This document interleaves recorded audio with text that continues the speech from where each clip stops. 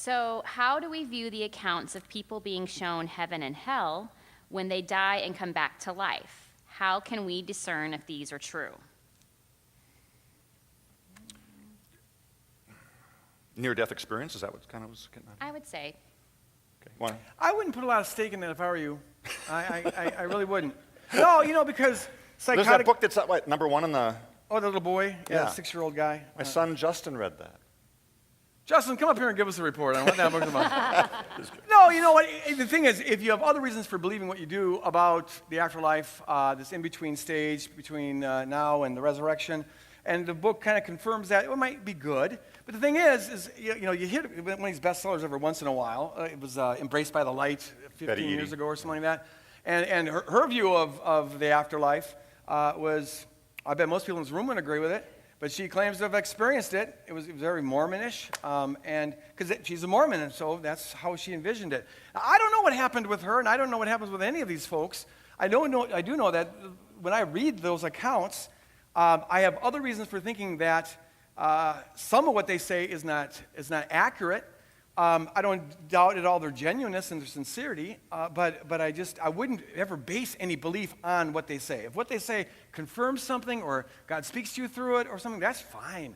But I wouldn't change what you believe because someone said, oh, I had a vision of hell, or I had a vision of heaven, psychotic people have visions all the time. I'm just saying. So you don't want to, and they're very sincere and very real. We don't want those. No, so just take it for what's worth. Dreams, nightmares, LSD trips. I've had some vision. Okay, come on. I almost saw this Christmas tree melt. No, let's not talk about that. Okay. Paul, please, quickly. Yes, quickly. That being said, I want to put one plug in for a certain kind of near-death experience. It's what research will call corroborative or evidential near-death experiences. Greg and I happen to find these fascinating. We have a friend, Gary Habermas, a Christian scholar, who part of his life's work is to collect as many of these as he can. And the way you tell the difference between the ones Greg is a little concerned about and this kind is a corroborative or evidential is one where you have a near-death experience not of another world or a bright light tunnel or anything like that, but actually of this world while you're dead. And people can corroborate what you experienced while you were dead. This doesn't happen often, but it happens often enough that some really interesting cases have been made. Probably the most startling one that I've heard of is a woman died on the operating table. They revived her, and when she came back to, she said, I left my body, and she recounted some conversation that was going on in the room.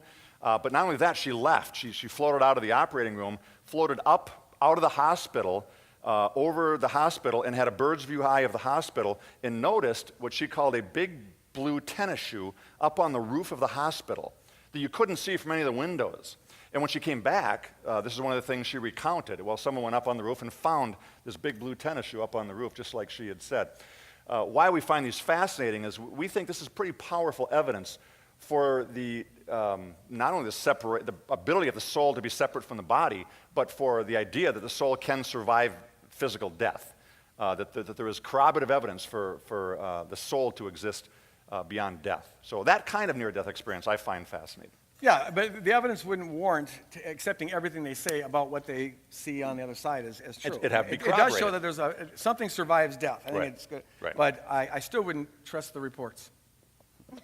Unless you see the blue Unless you have tennis other shoe. reasons to think that what they're saying is true. Yes.